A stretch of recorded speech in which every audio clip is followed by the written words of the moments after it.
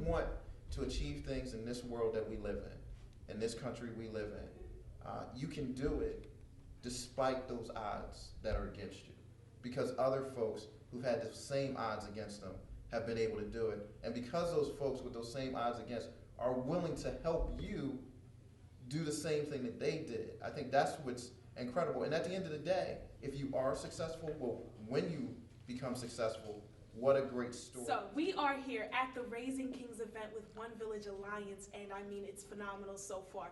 Tell me, for those who don't know who you are, give them a synopsis of that, and then also tell them why you're here. Why support One Village Alliance? I am Reverend Dr. Christopher Allen Bullock, Senior Pastor of the Canaan Baptist Church in Newcastle, Delaware. Yes.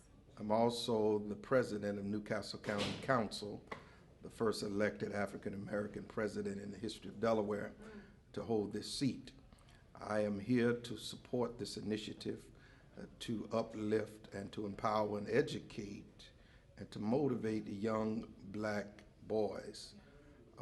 We are here to say to them that your future matters, your life matters, your brain matters, your heart matters, your soul matters. Therefore, your future is bright when you use your head for educational expansion, when you use your heart for moral compass, and you use your hand for economic uplift through entrepreneurship. Yes, Dr. Bullock, I want you to expand a little bit on the idea of self-worth.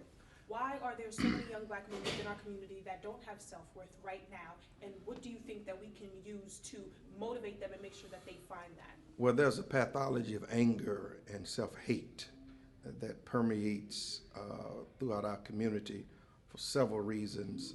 Historically, the vestiges and residual impact of slavery is still upon us. The division between the house and the field Negro is still upon us. The haves and the have-nots and the have-a-littles are still battling one another. Therefore, those who are left on the margins of this internal community fight find themselves without. Indeed. And when you look at yourself and there's hopelessness outside of your window, when you hear gunfire, when you look at the miseducation of the Negro in many instances, when there's no father in the home, and all of the negative kind of forces that are permeating in our community, then one can become real negative about who they are. This conference is not about the bad news. It's about good news. Look within yourself. Know who you are, from whence you've come, and knows whose you are, and God can take you to where you need to go. But it must start with you. You must have these young men, we want them to have a thirst and a hunger to do better and to strive for the next level. Second, these young men need older fellas like myself and sisters to say to them that the village still works. The village still works. Thank you so much, Dr. Bullock. I mean, it was phenomenal, even being able to interview you right now and having you at this event. And I know that we will definitely see you in the future. Thank you. God bless you. I think there's a lot of power within our communities. I just don't think that collectively we've realized that power and acted upon that power yet. And that's the opportunity. And that goes to caring about the real root of the problem. And that's the loss of the lives, and that's the way we're impacted, and that's how our communities look and act and things of that sort. So.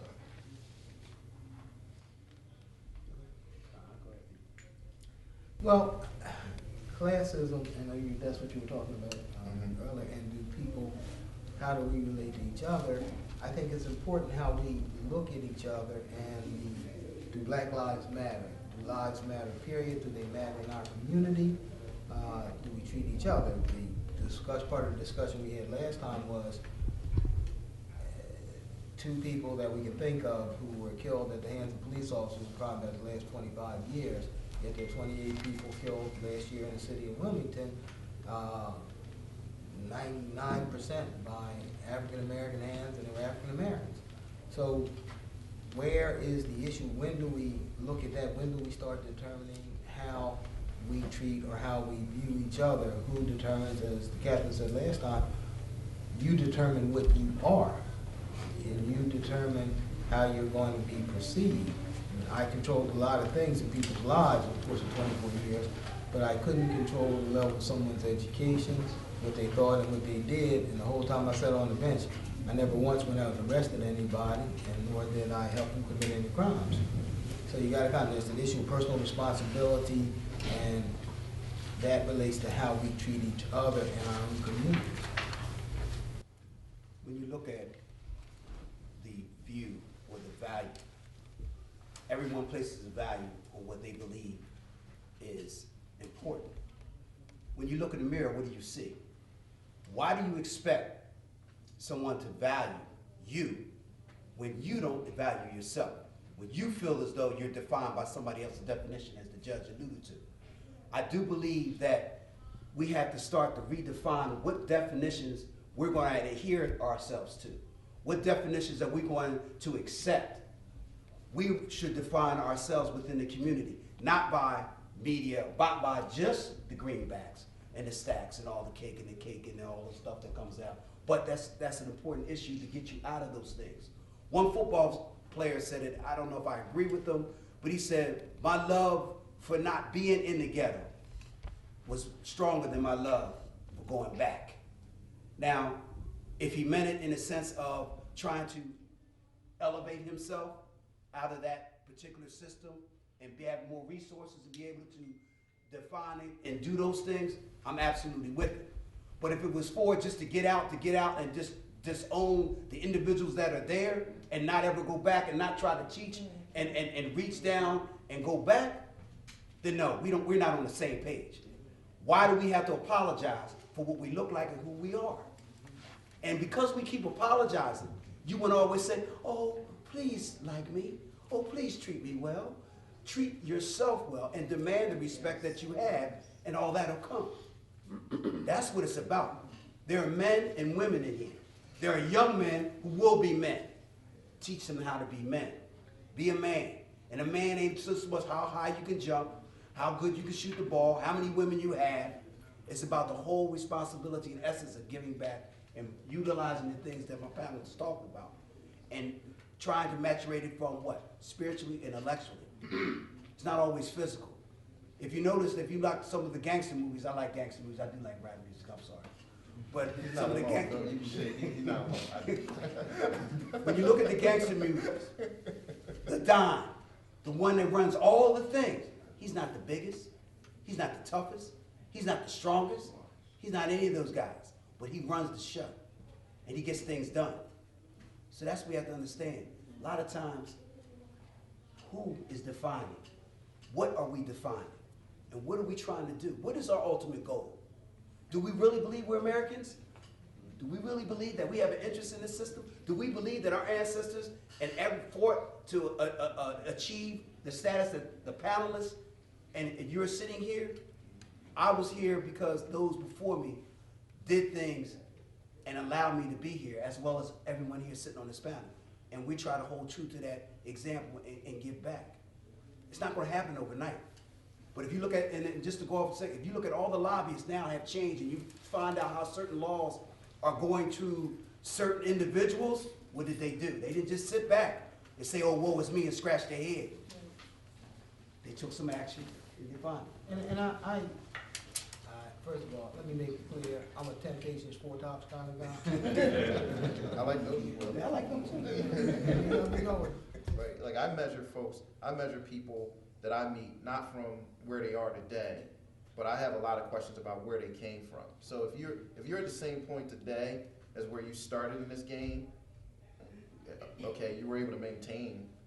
But to me, the true greatness in life is to come from, if you start here and to go here, or if you start here to get here. I think that's one of the problems I have with the way we measure our school systems. We measure where everyone ends up at the end of the year and never have the conversation about where they started.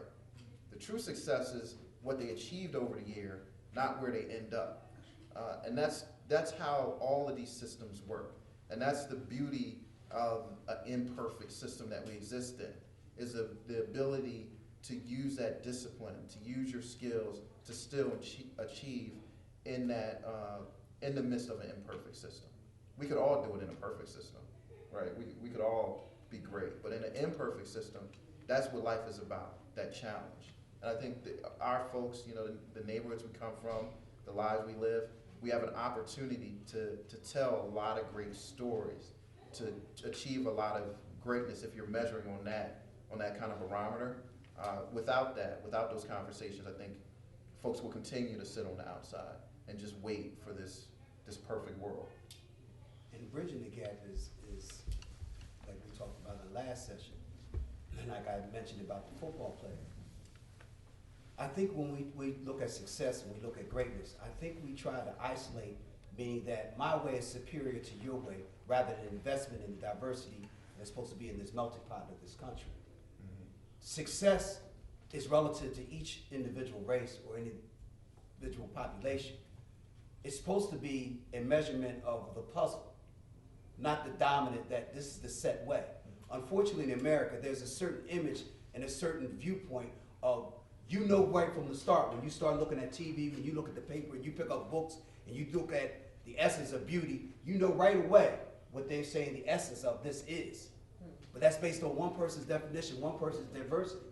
So now we have to be able to put that in there. I see young ladies, and I have nothing against Marilyn Monroe. She was a gorgeous, beautiful young lady at her time. So was Dorothy Dandridge. No one understands about Dorothy Dandridge and what she was about. So my whole point about it is that we have to stop allowing someone to tell our story. We have to stop allowing someone to define us. Those who have made it, go back to the individuals and start explaining it. Like you said, you have the access. You bring young people in here. You look at our panel. Look at the people that come to this room. You have to come back and extend that particular bridge. We have to stop saying, okay, all right, I have no problem with you living in a $4 million home. Hey, invite me over. I like to, see we can go swimming, whatever. But to say that I got this $4 million home, and like Cleon said, to forget the struggles that got you to get to that $4 million home, so maybe somebody else can learn and understand that you don't have to do those other things that you said, Your Honor, come before you. Whether it's down, I've seen some old pimps in my lane too. Just to let you know, I've seen some old pimps. Are you still pimp? They've been about to stop. They pimping on the other side. And this will be our last comment. I want to make sure we get to those. A lot of material. Okay. That was my thing. It's just that we, as everyone said, why do we keep expecting somebody to build a house for us when we have the tools, information, and knowledge and prowess to build it ourselves? And because they don't build it, we get mad at them. And I agree. We can debate the old pimp thing later, but I do believe that it's incumbent upon us. And the other thing is, we tend to, when I first went on the bench, I never knew there was a girl who worked in the Attorney General's office who told one of the prosecutors, I remember him meaning me, Tolliver, he's from Dunleavy, he was a nerd. And I'm like, lady, I might have been a nerd, but I'm the one gonna tell you what to do. And I said, we used to say the cool people either dead or in jail or in Vietnam. That's when I was in college anyway. But we tend to nullify success or work, and we tend to take a negative view of certain things, either police officers or certain things. Oh, well, you're not one of us, you're not a part of us, you talk this way, you look that way. And I keep telling people, the primary color at issue here is green. And I think it becomes, and I'm not talking about conservation, I'm talking about what you can send to the mortgage company. You can't send attitude, you can't send all kinds of things. And the issuance of belligerence, which we talked about before, I've seen kids come before me, young men, pants hanging around their hips, scratching their private parts. I asked one boy, I said, either you're having an insect infestation or you're performing a private act in a public place, but either one, stop. And he's looking at me, and the lawyer tells him, take your hands out your pants. I mean, and I'm telling the boy to pick up pants. Or the same issue of respect. A young girl came in, she was flowing out of everywhere. And the lawyer knew when I saw it, I said, no, you sit in that chair, and when we finish picking this drawer, you're gonna go home and put on something that fits. I said, I'm not looking at that. I said, it's just nasty. That I'm not going to do it. Now, she was offended because I talked about her manner of dress. I said, sweetheart, I'm sorry, my courtroom, my rules. And this is the majority, this is how you behave. I said, what do you think that jury's gonna do when they look at you? These are all working class, middle class people, and when they see you, they're gonna assume what you are. I said, I want you to get a fair shot. Freedom ain't free, and fairness ain't necessarily fair. And I think we have to start looking at the way things are, and we can do it. I mean, I certainly wasn't the brightest bulb in the utility closet at Dunley, but I had sense enough to play to my particular strength. And I think you're in a situation now where there's not enough emphasis on personal pride and personal responsibility and attempting to get people to see the potential. I've seen some very smart people do some very long time in jail. And I used to say, and I know Captain will agree with me, height is inversely proportional to intellect. That's how I rationalize being short. But the point is, you be in charge of you. You lead you. Don't let somebody else's idea of what's going on determine what you are or how you are. You can be anything you want, or within reason. Now, you were talking about waiting for the system to get fair. I used to say that's like waiting for me to get tall. Some things aren't going to happen, and you have to deal with the reality as it is. And if you can't go, the captain used the analogy the last time, if the guy's playing you close, you dribble around it. If he's playing back off, you shoot over it. Life is pretty much like that. You take the door that's open and the path you need to get there, but if you're waiting for somebody to push the other person out of the way or open the door for you, in most instances, it's not going to happen. The system isn't going to change until we participate more. Our voting percentage as a race is something like 30% or less. So we can register, but we don't go to the polls. And Lord, don't let it rain. We are not coming at it. I'm going to open the floor now to some questions, something we didn't get a chance to do last time. So I welcome from anyone in the audience who would like to inquire, follow up on any points, please do. Yes, sir. Yeah, you know, I've been waiting for this Q&A. Some of the things y'all have spoken about I agree with, but some things y'all are just way off base, and maybe it's because you've not been connected at that lower level. I don't know. I'm a child of the 40s, okay? I remember the civil rights struggle, and I remember the attitudes of the people. First, to the captain, perception is reality.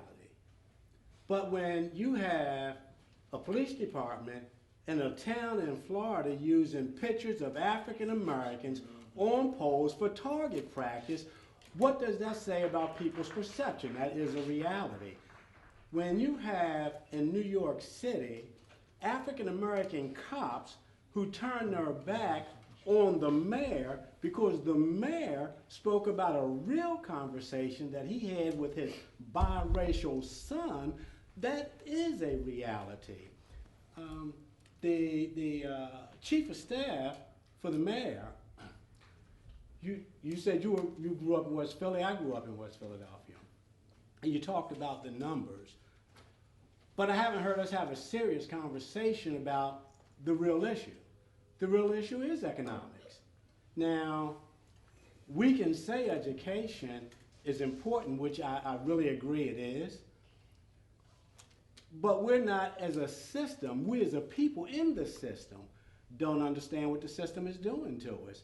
They open up charter schools, primarily in African American neighborhoods. They take the brightest minds out of public schools. They leave the most disruptive children in public schools. And you have a prison system that is set up to now be a for-profit system. Don't tell me that there's something that's not unfair inherently, and yes, some of us do get out.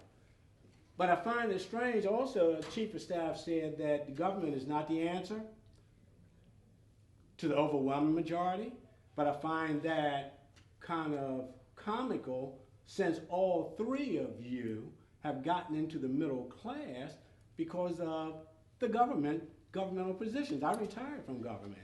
And if it wasn't for the federal government, most blacks would have never made it to the middle class. I mean, there's just a whole lot more, but I'll just leave it with that. Let me make it a little easier for you on one hand. First of all, I don't know what happened in Florida. I've never lived there, never been there. So I can't tell you that, but I can tell you my father walked from 1912 West 8th Street, past Wilmington High to Howard High. My grandmother she wasn't even a maid, she did laundry. There was one of 10 kids, so you can't tell me about not being identified with the struggle, having watched my father go to school, wait a minute, let me finish, on a football scholarship to the Colored Intercollegiate Athletic Association, teach in a special school district known as Absalom Jones, to have 4 out of 9 kids who survived to adulthood go to college helping one another.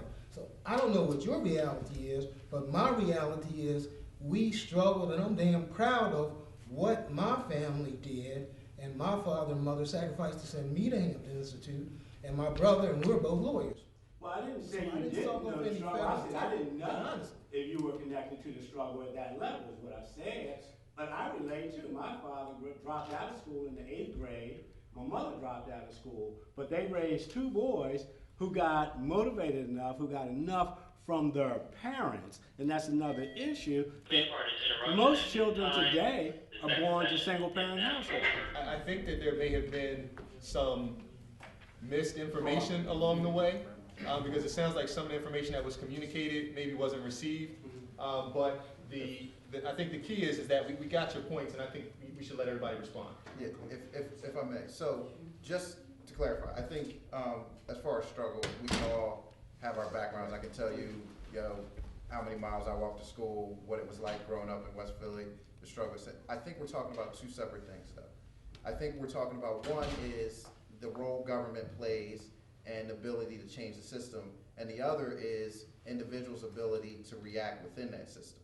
So the part that we were discussing for a period of time in this panel is that even with the system as it is today, a lot of us who came from very meager means were able to accomplish some things that folks would think are pretty great in those struggles.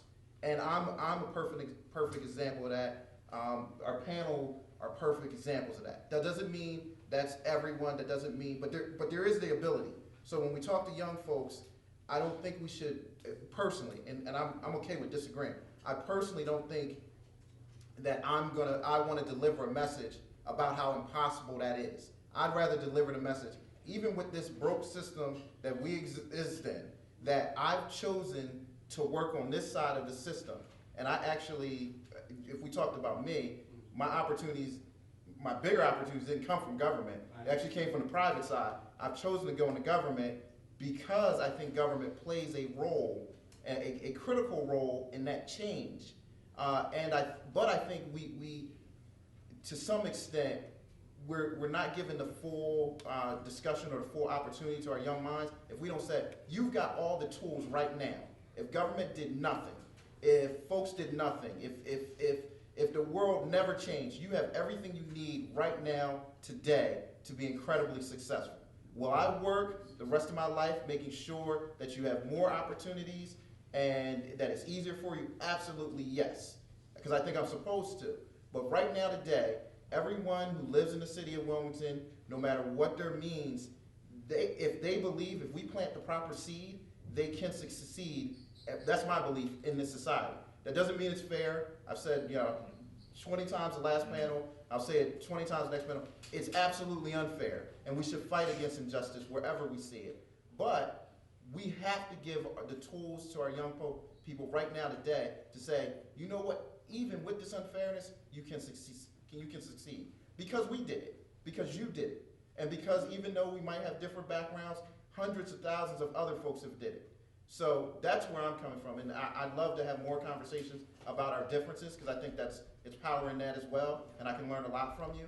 But as long as we're on the same page, that there's opportunities for young folks today, and we should make more opportunities for them tomorrow, then for me, that's all we need to agree on. I think we're probably on the same page. I just think we should spend that energy with those very young children, because unfortunately, that's where we're losing a lot of them at. I'm with you. I agree. My position, you know, I don't know if you assumed that I was okay with pictures of young African-American men being shot at the range or the position.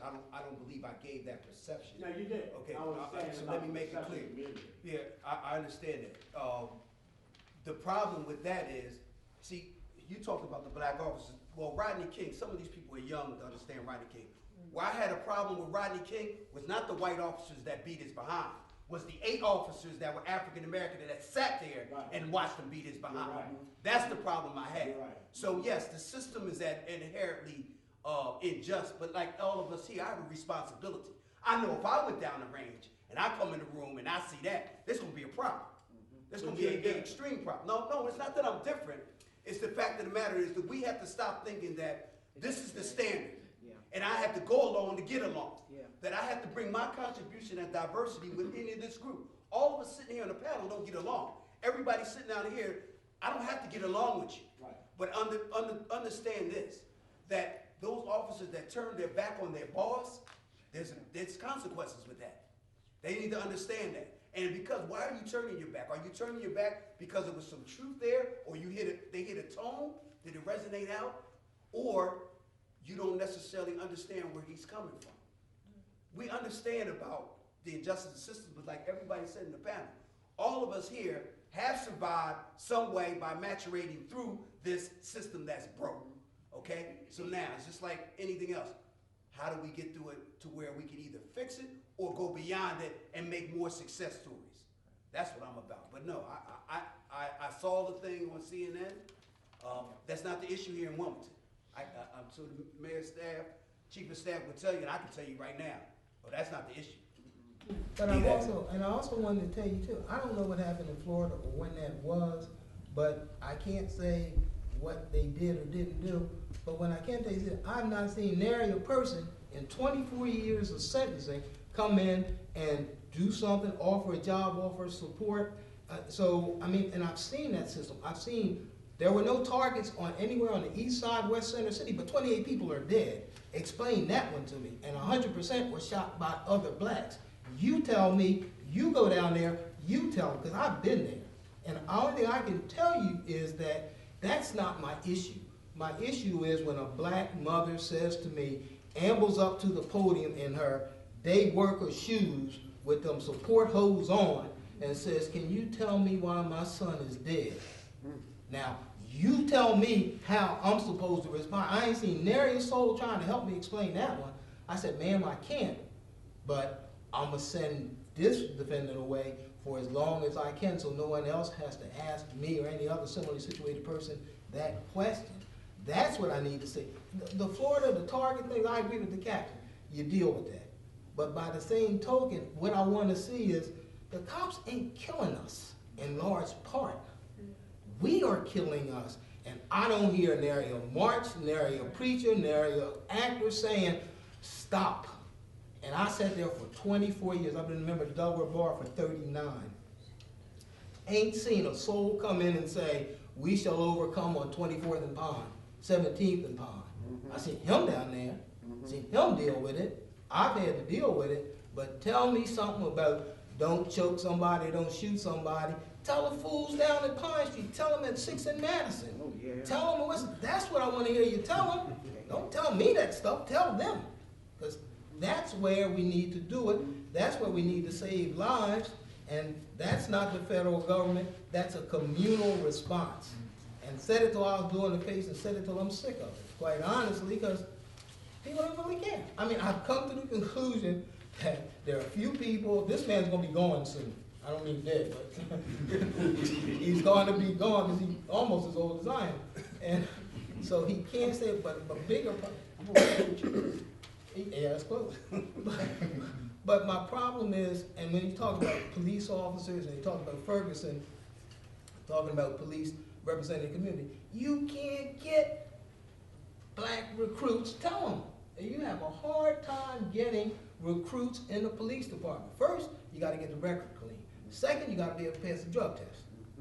And then you got people who have to be inclined to be involved in that. They can't find people. Am I telling the truth there? He's right. And some of those things are contributors, but the main contributor is the concept of the profession. It's an honorable profession. You matter to me. Like Cleon, I didn't grow up loving police. You know, NWA said it real nice, you know, real nice. A little different than my time, the way they said it. But my point is this.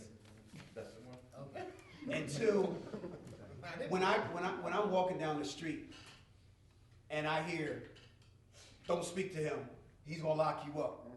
If you do bad, he's gonna get you. Don't trust him, don't say nothing to him, don't speak to him, don't do that. As a person, as a human being, does it bother me? Absolutely. I understand as a professional why it's done. But until that happens, so if you don't trust me to patrol you or to have that interaction with you, then who's gonna do it? You expect the same individual that you keep complaining about, not you as a group. Treat me fair, do this to me, love me. Why? Why? It was an old movie I love. It's you know, with Sidney Poitier and Bill Cosby. You know, when Richard Pryor and them had conned him. He said, "Hey man, you know, hey man, why you do this? Why you do this, man? We're brothers, man." He said, "Why not you, brother?" So the whole thing is about opportunities gonna come in. Those opportunities, we have to take the opportunity of the system. You can't go anywhere in the world. Some people have been around the world. Be honest. You go around the world some places, you start running your mouth off and see where you're gonna be at. You start popping off and talking about you ain't gonna do this. Police brutality is unheard of. So they do what they do. They come in your door, kick it in, whatever. We have an opportunity. As broke as this system is, we still have the opportunity to question it and to hold it accountable. But are we going to? Do we feel we're involved enough? We need to educate ourselves and do it for ourselves. Why are we constantly dependent on someone else to do something for us? We keep telling our kids to be independent. We tell our women to be independent. We want to be independent, but we keep saying that we will. Well, and I don't mean to sound, well, I was overly hard. Nipple out of the mouth, but some of us don't want to take it out. Well, I mean, I can understand why in some cases, but in most places, that's what it is. Those are the things that we have to start looking at. The reality is, if we're not going to do it, if we're not going to take the effort, if we're not going to train and prepare our young people to interface in this system and then take over the system and look at it in a better way and help us out when we're older, then why are we complaining when somebody else who has no reason to believe that they should be or even reason to care? I mean, I've never known any person who takes over or occupying a country that's going to allow the individuals that they're conquering to give them a fair shake. No. I was watching a basketball game where I use analogy sports. Durant was lighting them up. He didn't say, "Oh, you know, I got about 45 with me. I think I'll just cool out now." No, it's not going to happen. It's just not going to happen. So why do we expect it to happen? And I just think that we have to change that. It's an honorable profession. I love what I do. You know, it has its danger and all those things, but I get to meet people just like yourself. Very high, very low. I've had opportunity to meet different entertainers, come in there and be around different people, just walk on the street and just have a conversation. I mean, where you gonna go and get that swag? But I've also, too, like Catherine, I got tired. I didn't run a third term for a number of reasons, but primarily because I just got tired of seeing people go down the tubes and just get sick of it. And I mean, look, I don't think I put anybody in jail didn't deserve to go, and probably for longer than some of them I could have sent. But when you start looking at people and the kid tells you, and this is the most troublesome part of all, where he said, "Well, I know this innocent boy didn't do anything wrong, and he worked for a living, but he got his way, and I had to get mine my way." And he had just gotten out of Ferris the week before. Now, I'm sorry. I could not understand nor conceive of how he got to take this other boy's life, and that was the son of the mother with the thick black shoes, who asked me why her son was dead, who had finished high school, had a little bit of college, was working for a living, and his only crime was he went to the convenience store 15 minutes too early or 15 minutes too late. Now that boy's dead, and he wants to tell me something about the unfairness of the system.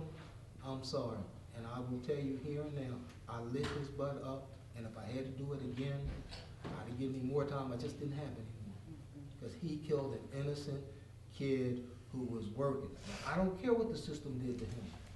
That boy who was dead didn't do anything to him. Now, somebody, and when I realized I couldn't understand that anymore, it was time for me to go, because I had no empathy. And you just get tired of the excuses. Sure, there's racism. But as he said, I've been to Asia, I've been to Europe, I've been a number of places, and get smart with them over there. and poor is not, American poor is not poor until you see it. I was in Bali, I was in Dubai, which is a fairly rich place, but I've been in parts of Europe. We have not seen poor in this country. And some places in Asia where you're the third or fifth generation of somebody working in an acre-long rice paddy. I'm sorry, I'll take McDonald's any day, with not a problem. But I mean, just if you see it, yeah, you see it and you get tired of it and say, look, it's not a great system, but given what exists in the world and given the opportunity, I said my father walked, I didn't have to. So is it getting better at some glacial speed? Probably slow as dirt, I don't know. But the point is, there's opportunity there. It's never going to be a completely fair system, but I think we have to look at within the community as well as from without. And otherwise, then we might as well agree and sign up for a new form of slavery, because that's what it is. And I just don't want to be a slave. I see, gentlemen, you had your hand up. Yeah, I just want to say a few things. I agree with the points that the panel said and what my older gentleman said. A lot of it has to do with, I'm 23, and I was in the military for 3 years, and my parents always taught me that you have to do better. As a young black man, you gotta work harder than everybody else. So when I got into the military, I knew that I had to work harder than anybody else. So I feel like it definitely starts in the home. And then the second thing is the music. Like, I seen a shift in young people's mind state just with the music. Like, the music is teaching them to hate authority. The music is teaching them to hate cops. Even though all cops is not bad, but a lot of them don't understand that. And what they're being fed and what they see on TV is that you black, you a criminal. Like, that's the only message that they send to the youth. So if that's the only thing you see all the time, you think that's the only potential you have, if that's the only thing you see. But a lot of it has to start with the actual parents, and a lot of young black kids don't got their parents. Like, I'm from Philadelphia originally, and I moved to Delaware, but I thank God that I had parents that always reminded me to always do your best, to always act right. And to be honest, when you black and you wake up in the morning, you gotta think about how the world perceives you. If you are another color, or if you're not a minority, you really don't have to think about that. But you have, that's something, I have to wake up every day and think about, okay, what do I say here? What do I not say here? Like, I gotta position myself and I gotta act a certain way, even though I know it feels like it's forced, but I know I have to do it just to survive and get by, to be honest. And I feel like a lot of it deals with the media and the music. And I just thank God I had parents that always persistently told me, you gotta do better, and your color is going to be held against you in certain points, in certain instances. It's wrong, but like I said, it's not fair, but you gotta rise above and you gotta find a way. We gotta infiltrate the system so we can see a change. And I'm hearing a lot about personal accountability with what you're saying, because, you know, aside from systems that are set up that are inherently unfair, we're talking about other issues that affect how we perceive ourselves and how we go out and interact with society that are essentially at our control. Click of a button to a TV, or the turn of a volume on a stereo. Those are things that nobody in an office is telling us we have to do, but those are things that we're voluntarily introducing to ourselves. So I'm hearing partial accountability, which I think was a key theme of our discussion that took place. Kenny? Just a comment. I think a comment that you made just, Oliver, was interesting when you took the position of what other option do you have. I think we spend a lot of time trying to motivate, educate, and inspire people to find a reason to participate in the system, whether it be legal, family, or community. But the reality is different things motivate different communities, but the one constant is you don't have an option. And I had a little bit of a shift when I heard you make that statement, because that's the constant. The constant is the system is applied to everyone, fair or unfair, and there's no way around it. But there seems to be this ideology that there is a way around it, or that there is another viable option when there isn't. And I guess I've never heard that positioned as a potential avenue to a solution. You know, we constantly find organizations, nonprofits, leaders, both political and religious, who take a position that, you know, there is this other way, instead of just drilling into the community that there isn't. Everything you do is tangential as an individual, but the constant is if you mess up, you're going to jail. Well, and I don't mean to sound, well, I was overly harsh, and I meant it in a certain sense, because you make choices, and I guess that's what I was trying to say. I used to tell people, short people don't fare well in prison, and I ain't going. And that's a kind of a left-hand way of saying that. That's it, though. I mean, but that's the motivation. Well, some people say tall people I was don't gonna fare say, well tall in people don't do that well. prison. But that wasn't my focus. Exactly. But I guess my point was, you're dealt a hand, and I have a law degree, and I had a robe at one point, but what you said, the first thing somebody saw me, that's what you saw. I mean, now I could have 16 robes on, and I could be sitting 12 stories up. But you don't think I did not understand what I was perceived at? Didn't understand when people first encountered me, when I first went on the bench, the test, and I'll give you a great one from your perspective. This guy says, I don't know from Adam, I just told him, I just figured out who NWA was. So the guy's talking in the drug case, and he says, the defendant ordered an 8-ball. And he said something else about an 8-ball. And I said, excuse me, I assume we're not talking pool here. And I said, what is an 8-ball? Now, the prosecutor looks at me and he says, you don't know what an 8-ball is? I said, I asked him. And he said, it's an eighth of an ounce of cocaine. And he said, where have you been? I said, not selling drugs, I assure you. Now, should I have been offended?